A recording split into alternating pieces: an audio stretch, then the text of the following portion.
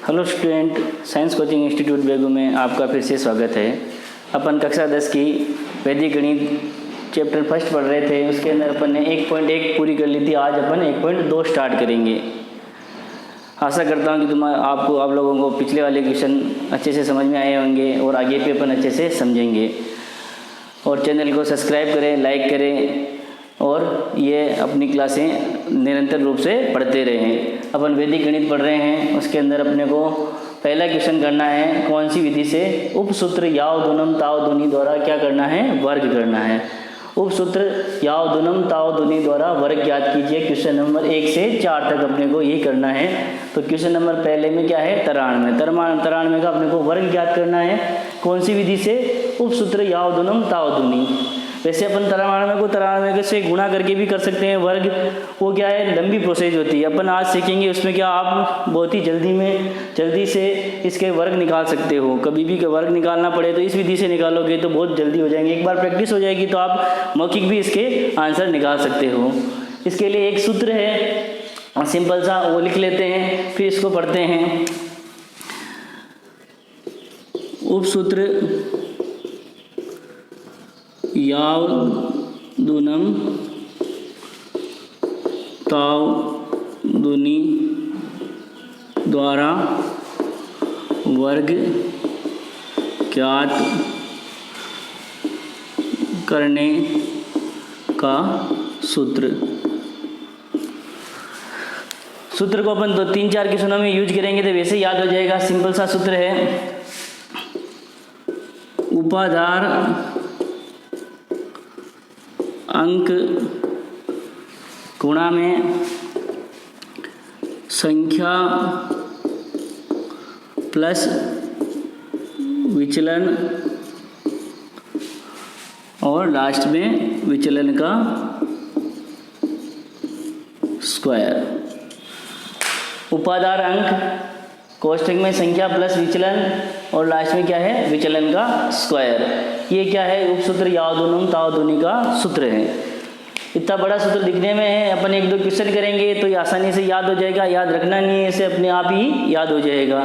अब ये मैंने पहले बताए थे आपको, उपाधार अंक क्या होता है, संख्या के साथ में विचलन का जोड़ेंगे तो विचलन क्या होता है, फिर विचलन का स्क्वायर करेंगे। तो एक बार वापस समझ लेते हैं। मैंने पहले समझा चुका हूँ, अपने पहली क्लास में मैंने ये उपाधार अंक, विचलन सारी चीज़ें समझाई है। एक बार वापस समझ लेते हैं। देख लो, जैसे संख्या है अपने पास 64, तो इसमें अंदर अपन अगर आधार इसका अपन ले रहा हूँ मैं 100 से नीचे संख्याएँ होंगी, अपन आधार क्या लेंगे 10। तो इसका उपाधार क्या हो जाएगा, उपाधार हो गया 6। तो विचलन कितना रह जाएगा फिर 4। कैसे आया मैंने बताया था, कोई सी भी संख्या को लिखने के लिए क्या करेंगे, संख्या बराबर क्या होता है,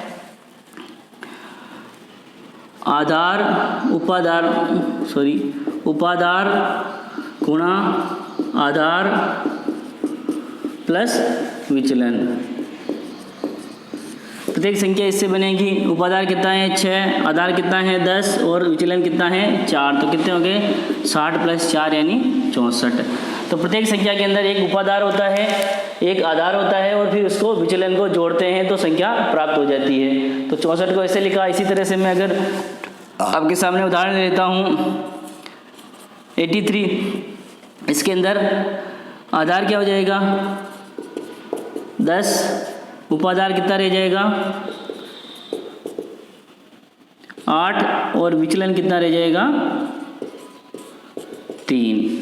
10 गुणा 8 करेंगे 80 + 3 कितने हो जाएंगे 83। तो आधार कितना है 10, उपाधार कितना है 8 और 3 क्या है विचलन। इस तरह से प्रत्येक संख्या के अपन आधार उपाधार लिख सकते हैं। अब इसके अंदर अपनी संख्या कौन सी है 93 का मैं 2 तरीके से कर सकते हैं। 93 को अगर मैं आधार इसका लेता हूँ 10 तो उपाधार कितना हो जाएगा 9 और विचलन कितना हो जाएगा 3। इसी क्वेश्चन के अंदर एक तरीके से 93 है, इसका मैं अगर आधार ले लेता हूँ 100 तो उपाधार क्या रह जाएगा उपादान रहेगा 1, क्योंकि 100 ले लिया तो अपन ने उपादान 1। विचलन क्या हो जाएगा, विचलन कितना किसे कहते हैं, आधार से जिस संख्या का जितना अंतर होता है अपन उसको विचलन कहते हैं। तो आधार में अपने 93 में से आधार घटाते हैं तो कितना बचता है, -7। तो विचलन कितना होता है, -7। अपन इसको करके भी सवाल को कर सकते हैं और इसको मान के भी सवाल कर सकते हैं। अगर मैंने 93 का आधार 10 लिया है तो उपादान 9 हो जाएगा, विचलन 3 आ जाएगा। ये 3 क्या रहेगा, प्लस का। विचलन निकलता कैसे है, संख्या माइनस उपादार गुणा आधार। तो इसके अंदर संख्या कितनी थी, 93 माइनस उपादार कितना है 9 और आधार कितना है 10। तो 93 में से 90 को माइनस किया, 9 × 10 90 हो गए, तो कितना आ गया 3। इसमें भी विचलन निकलेगा कैसे, वो कि वही तरीका, संख्या माइनस उपादार गुणा आधार। संख्या कितनी है अपने पास 93, उपादार कितना है इसके अंदर 1, आधार कितना है 100, तो दोनों गुणा होके गए 100 में से 93 यानी 100 बड़े हैं तो माइनस के कितने आ जाएंगे 7। तो विचलन कैसे आया, संख्या में से क्या निकालेंगे, उपादार इंटू आधार को गुणा करके माइनस करेंगे तो क्या आ जाएगा विचलन। संख्या में से उपादार आधार को गुणा करके माइनस करेंगे तो विचलन। अब अपन इसको मान के भी इस क्वेश्चन को कर सकते हैं वर्ग वाले को, और इसको भी मान के अपन इस क्वेश्चन को कर सकते हैं। मैं इस वाले से करवा रहा हूँ, आप लोग इससे भी ट्राई करना घर पे।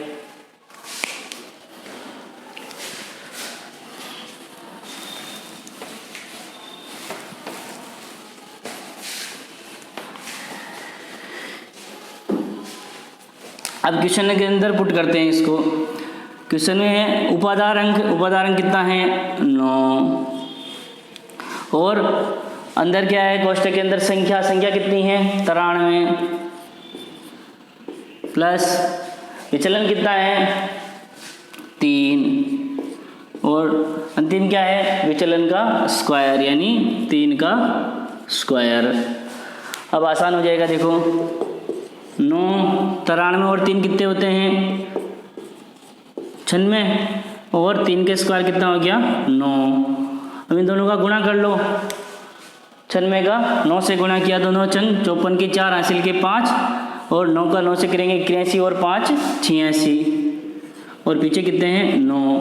अब इसके अंदर अपन ने आधार 10 लिया तो इधर एक अंक ही रहेगा, अगर आधार अपन 100 लेते तो इधर कितने अंक रखने पड़ते अपने को 2। तो अपन सीधा आंसर लिख देंगे अब 8649 इसके वर्ग रहेंगे 93 के। तो अपन इस विधि से अपन ने इसको किया है, जिसमें आधार 10 लिया है, उपादार 9 है, विचलन 3 है। तो इससे अपन ने यहाँ पे उपादार अंक लिखा है जिसमें संख्या प्लस विचलन और विचलन का स्क्वायर किया है, इन दोनों को गुणा करके ये संख्या ही है, और इनको अपन ने आधार 10 है इसलिए इसको एक ही रहने दिया। अगर आधार 100 होता तो अपने को इसको 0 9 करना पड़ता, या 2 संख्याएं बनानी पड़ती है जो भी, और इसको साथ में लिखना पड़ता। आधार 10 से तो अपने एक संख्या ही रहने दिया और सीधा आंसर लिख दिया। तो ये क्या रहेगा इसका 93 का वर्ग। अब याद आ जाएगा क्या है, उपादार अंक संख्या प्लस विचलन और विचलन का स्क्वायर। उपादार अंक संख्या प्लस विचलन और साथ में विचलन का स्क्वायर। एक क्वेश्चन देखा है अपन, अगला क्वेश्चन देखते हैं इसी तरह से।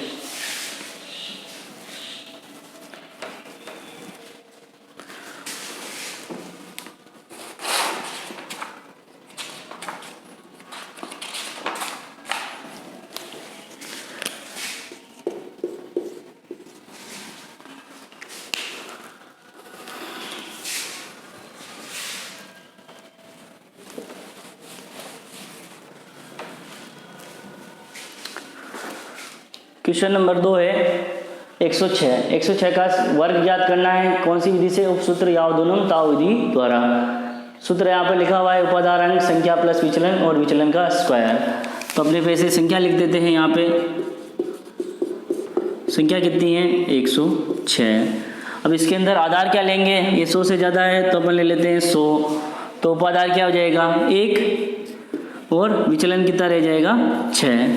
अपन यहाँ लिख के भी दे सकते हो 100 × 100 + 6 106। तो आधार 100 है, उपादार 1 है, विचलन 6 है। अब इसको अपन सूत्र के अंदर पुट कर देंगे।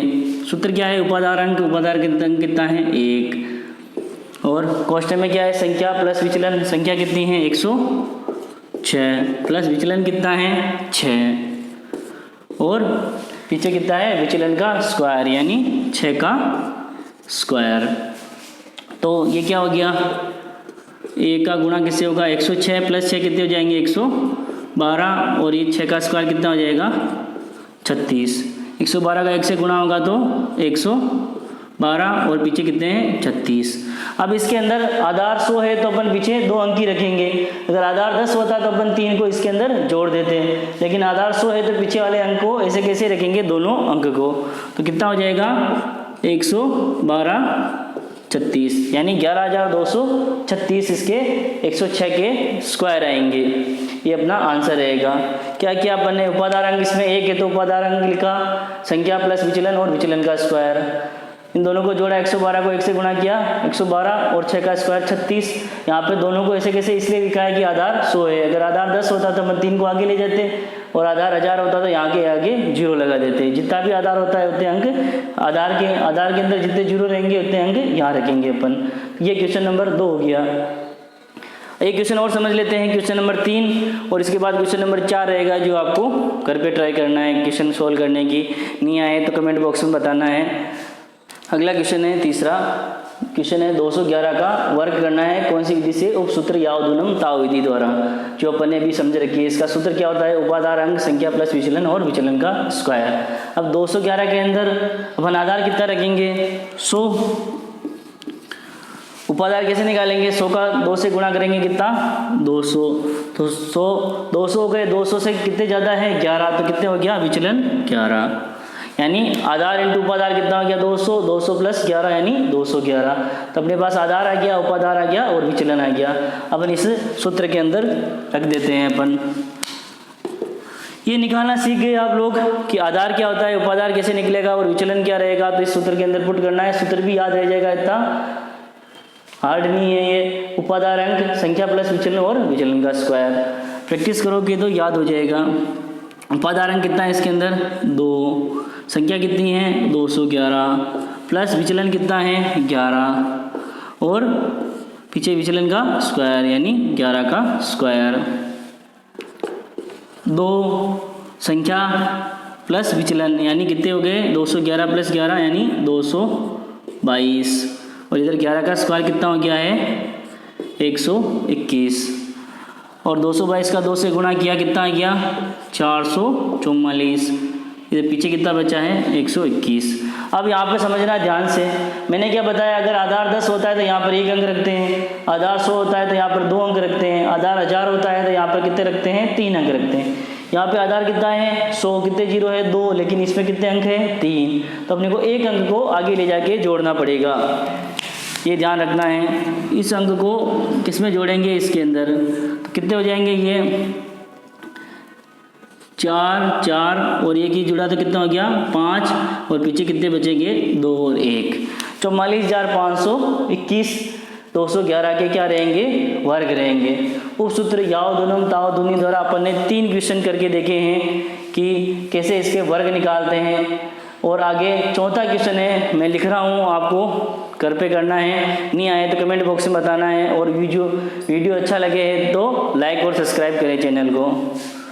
क्वेश्चन लिख देता हूँ मैं,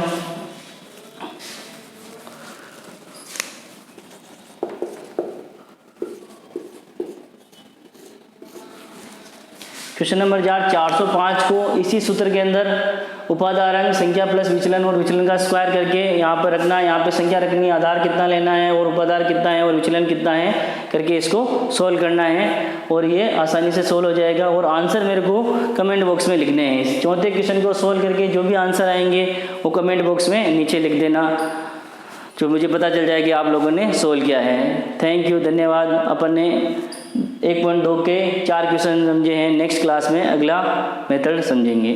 थैंक यू।